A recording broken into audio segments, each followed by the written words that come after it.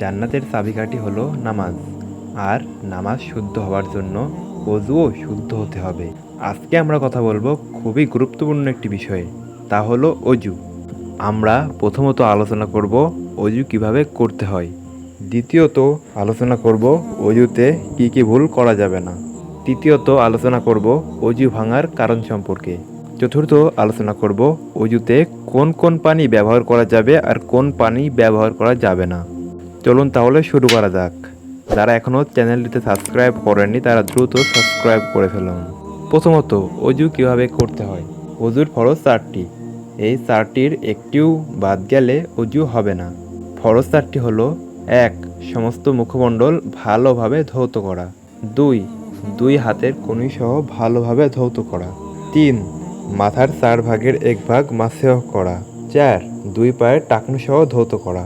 এই 4টি অবশ্যই করা লাগবে। অজুর মূল নিয়ম হলো: শুরুতে বিসমিল্লাহ বলা। 1. দুই হাত ভালোভাবে ধৌত করা 3 বার। 2. কুলি করা 3 বার। 3. নাকে পানি দেওয়া ও পরিষ্কার করা। 4. সমস্ত মুখমণ্ডল ভালোভাবে ধৌত করা। একবার করা ফরজ, পরে আরও 2 বার করা সুন্নত। 5. দুই হাতের কনুই সহ ভালোভাবে ধৌত করা। 6. মাথার 4 ভাগের 1 ভাগ মাসেহ করা। 7. দুই পায়ের টাকনু সহ ধৌত করা। দ্বিতীয়ত অজুতে কি করলে মাকরুহ হবে বা কি কি ভুল করা যাবে না। 1.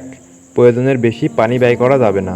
2. প্রয়োজনের চেয়ে পানি কম ব্যবহার করাও যাবে না। 3. মুখমণ্ডলে এমনভাবে পানি নিক্ষেপ করা যে পানির ছিটা অন্যত্রে পড়ে। 4. অজুর সময় অপ্রয়োজনীয় কথাবার্তা বলা। 5. অজুর সময় বিনা ওজরে অন্যের সাহায্য নেওয়া। এবং 6. নতুন পানি নিয়ে 3 বার মাথা মাসেহ করা। এই উপরোক্ত কাজগুলো করা যাবে না। তৃতীয়ত অজু ভাঙার কারণসমূহ। অজু ভাঙার কারণ 7টি। 1. পেশাব পায়খানার রাস্তা দিয়ে কোনো কিছু বাইর হওয়া। 2. উন্মাদ, মাতাল বা অচেতন হওয়া। 3. শীত বা কাত হইয়া বা কিছুতে ঠেস লাগাইয়া ঘুমানো। 4. মুখ ভরিয়া বমি করা। 5. শরীরের কোনো জায়গা হইতে রক্ত, পুজ বা পানি বাইর হওয়া এবং তা গড়াইয়া পড়া। 6. দাঁত দিয়া রক্ত বাইর হইলে থুতুর সমান বা বেশি হওয়া। 7. নামাজে উচ্চ স্বরে হাসা। চতুর্থ, কোন পানি ব্যবহার করা যাবে আর কোন পানি ব্যবহার করা যাবে না।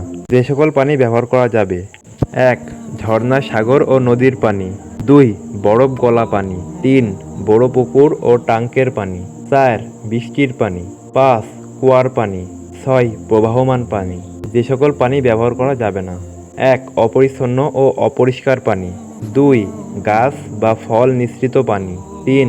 কোনো কিছু মেশানোর কারণে যে পানি বর্ণ, গন্ধ, স্বাদ এবং গাঢ়ত্বের পরিবর্তন হয়েছে সেই পানি। 4. অল্প পরিমাণ পানি যাতে অপবিত্র জিনিস মিশে গেছে, যেমন মূত্র, রক্ত, মল বা মদ। 5. অজু বা গোসলের জন্য ব্যবহৃত পানি, অর্থাৎ ব্যবহার করা পানি। 6. অপবিত্র হারাম প্রাণী যেমন কুকুর, শকুর ও অন্যান্য হিংস্র পানির পানকৃত পানির অবশিষ্ট। এই পানি ব্যবহার করে অজু করা যাবে না। তো এই ছিল আজকের ভিডিওতে। দেখা হচ্ছে পরের কোনো ভিডিওতে। সেই পর্যন্ত সবাই ভালো থাকুন, সুস্থ থাকুন। আল্লাহ হাফেজ।